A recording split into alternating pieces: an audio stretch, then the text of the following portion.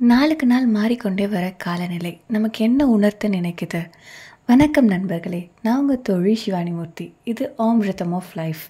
இன்றைக்கி நம்ம வீடியோவில் பார்க்க போகிறது, சஹாரா பாலைவனம் பச்சை பசைன்னு ஆனதை கொண்டாடணுமா இல்லை வருத்தப்படணுமா? வாங்க வீடியோக்குள்ளே போகலாம்.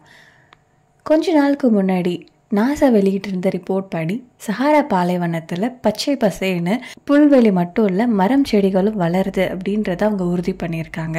இதன் காரணம் என்னன்னு கேட்டிங்கன்னா, கொஞ்ச நாளுக்கு முன்னாடி பெஞ்ச மழையின் காரணமாக தான்.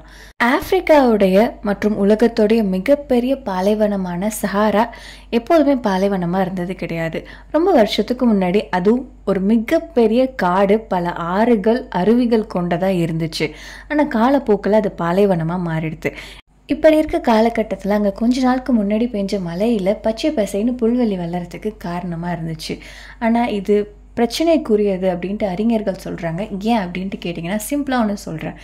ஒரு இடத்துல மழை பெஞ்சிட்டு இருக்குது, சடனாக அந்த இடத்துல மழை ஸ்டாப் ஆகுது அப்படின்னா அங்கே பெய்கிற மழை வேற எங்கேயோ பெஞ்சிச்சு அப்படின்றது அர்த்தம்.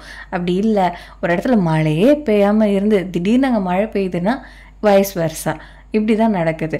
ஸோ சஹாரா பாலைவனத்தில் பெஞ்ச மழை வேறு இடத்துல பெய்ய வேண்டியது.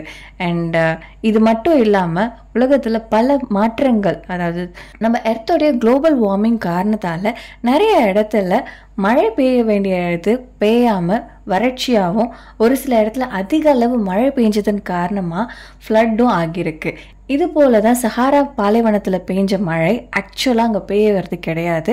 அது நல்லதாக கெட்டதான்ட்டு சஹாராவில் பெஞ்சதை ஓரமாக வச்சுட்டு மழை பெய்ய வேண்டிய இடத்துல அது பெய்யாமல் போனது வருத்தத்திற்குரியது. அண்ட் இது ரொம்ப ரொம்ப கவனிக்கக்கூடிய ஒரு விஷயம். இது ஒரு மிகப்பெரிய பிரச்சனை, பிரளயத்தோடைய ஆரம்பமாக கூட இருக்கலாம்.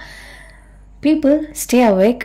குளோபல் வார்மிங்கோடைய எக்ஸ்ட்ரீம் நேச்சர் ஒன்றா வெளியாகிட்டே இருக்குது. அதில் சஹாரா பாலைவனம் க்ரீனாக ஆனது மட்டும் இல்லாமல் பல இடங்கள் ட்ரவுட், அதாவது வறட்சியினால் பாதிக்கப்பட்டு இருக்குது.